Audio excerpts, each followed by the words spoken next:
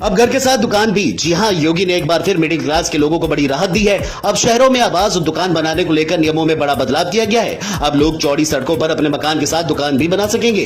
Cabinet ने इस प्रस्ताव को मंजूरी दे दी है। इसके अलावा 100 वर्ग मीटर आवासीय और 30 वर्ग मीटर व्यवसायिक भूखंडों पर नक्शा पास कराना जरूरी नहीं होगा और आम लोगों को बड़ी राहत मिलेगी। अंसारी परिवार पर एक बार फिर योगी सरकार का बड़ा एक्शन देखने को मिला है, जहां गाजीपुर पुलिस ने मुख्तार अंसारी की पत्नी आफसा अंसारी के खिलाफ बड़ी कार्रवाई की है।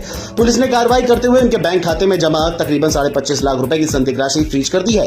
आफसा पर गैंगस्टर एक्ट समेत 9 गंभीर मुकदमे दर्ज हैं और वो 50,000 की इनामी वांछित अपराधी भी हैं। जांच में सामने आया है कि ये रकम मुख्तार के SBI सचिवालय ब्रांच खाते में संदिग्ध तरीके से जमा की गई थी। शासन के अभियान के तहत गाजीपुर पुलिस ने इसे फ्रीज किया। आफसा पर धोखाधड़ी, जालसाजी और संपत्ति हड़पने जैसे आरोप हैं। अगर आप भी खोया पनीर खाते हैं तो थोड़ा सावधान हो जाइए, क्योंकि इन दिनों फूड डिपार्टमेंट एक्टिव मोड में है। कई जगहों पर मिलावटी पनीर और खोया मिल रहा है। चंदौली में भी मिलावटी खोए का काला खेल बेनकाब हुआ है, जहां डीएम के निर्देश पर खाद्य सुरक्षा विभाग की बड़ी कार्रवाई में 20 कुंटल मिलावटी खोया पकड़ा गया। बताया जा रहा है कि सोनभर से आए पिकअप से 15 कुंटल और चकिया से आए पैजिक में 5 कुंटल खोया जब्त किया गया। जांच में केमिकल और पाउडर मिलाने की पुष्टि हुई, जिसकी कीमत लगभग 4 लाख रुपए बताई जा रही है।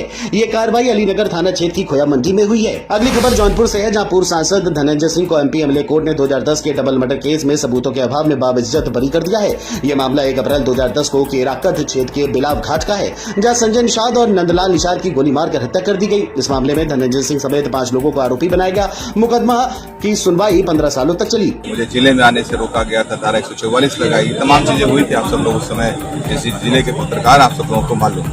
आज उसी मामले का निर्णय था और बहुत लंबा मामला खींचा। 15 सालों के बाद आज मुझे न्याय मिल पाया उस केस में।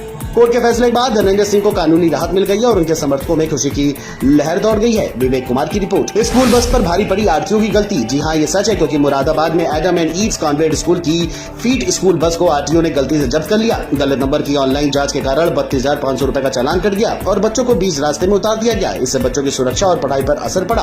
अभिभावकों ने कड़ी आपत्ति जताई, जबकि स्कूल प्रबंधन ने उत्पीड़न का आरोप लगाया। बाद में गलती मानकर बस छोड़ दी गई और लापरवाह अधिकारी पर विभागीय जांच शुरू हुई। और ड्राइवर की फाइल और फोन छीनकर अपने कब्जे में। छोटे छोटे बच्चों को जो स्कूल जा रहे थे उनको कान पकड़कर उनको स्टाफ ने बस से नीचे उतार दिया, उनको डांटा गया। इस बीच बुलंदशहर की खुर्जा तहसील में उस वक्त अफरा तफरी का माहौल देखने को मिला, जब तहसील में तैनात चतुर्श्रेणी कर्मी रोहित का शव नायब तहसीलदार कार्यालय के बाहर मिला।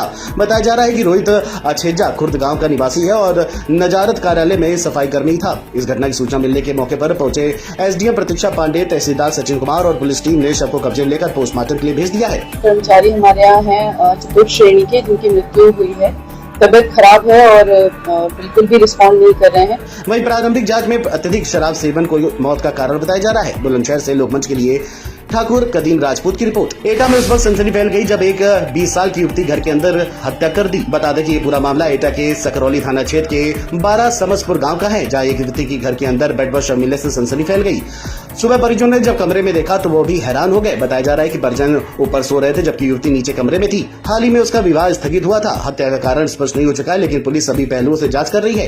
एटा से देवेंद्र कुमार की रिपोर्ट। जौनपुर से एक हैरान करने वाली घटना सामने आई है, जहां मोहम्मद फैजान की संदिग्ध मौत के 2 दिन बाद दूसरी पत्नी अजमेरा ने हत्या का शव जताते हुए डीएम को से शव का पोस्टमार्टम कराने की मांग की है। आरोप है कि पहली पत्नी ने हत्या कर शव को चुपचाप दफना दिया। डीएम के निर्देश पर मजिस्ट्रेट और पुलिस की मौजूदगी में कब्र से शव को निकाला गया और पोस्टमार्टम के लिए भेजा गया।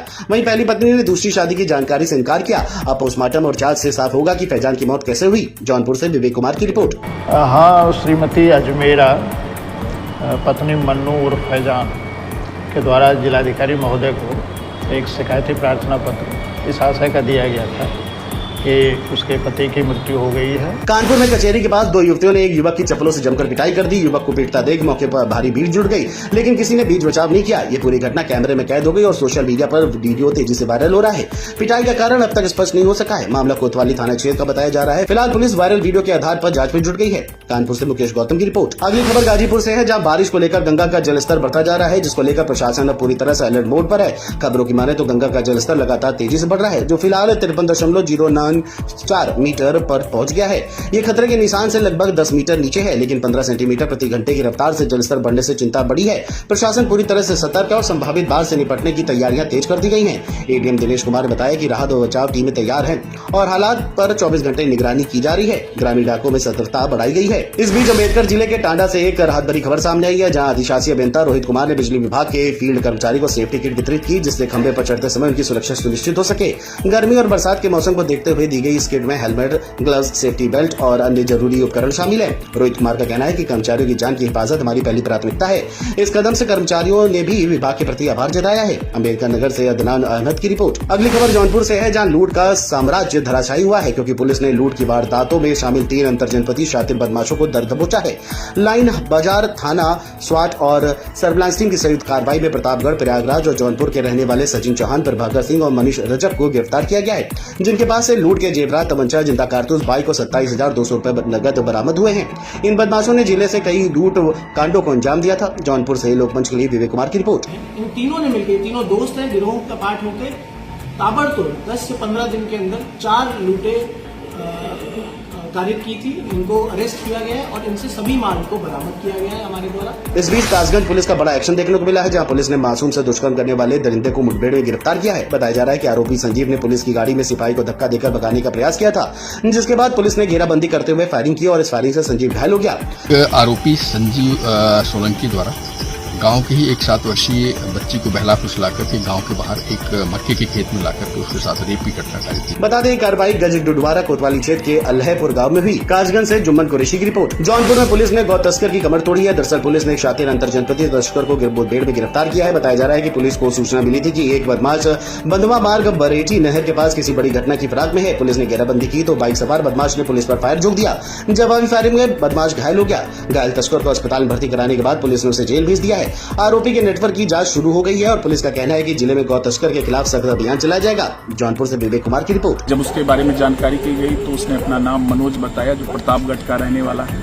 उसके पास से 32 बोर का पिस्टल, जो जिंदा कारतूस, खोखा कारतूस और एक स्प्लेंडर बाइक भी बरामद हुई है। अगली खबर ताजनगरी से है, जहां रफ्तार का कहर देखने को मिला है। दरअसल फतेहाबाद क्षेत्र में आगरा लखनऊ एक्सप्रेस पर सवारियों से भरी तेज रफ्तार बस में ट्रक से जा टकराई और टक्कर इतनी जबरदस्त थी कि बस का अगला हिस्सा चकनाचूर हो गया। चालक की मौत पर दर्दनाक मौत हो गई और हादसे के वक्त बस में करीब 30 यात्री सवार थे, जिनमें से 6 से ज्यादा लोग घायल हुए, जिन्हें CHC में भर्ती कराया गया है। टक्कर के बाद चीख पुकार मच गई और कुछ देर के लिए यातायात भी बाधित रहा।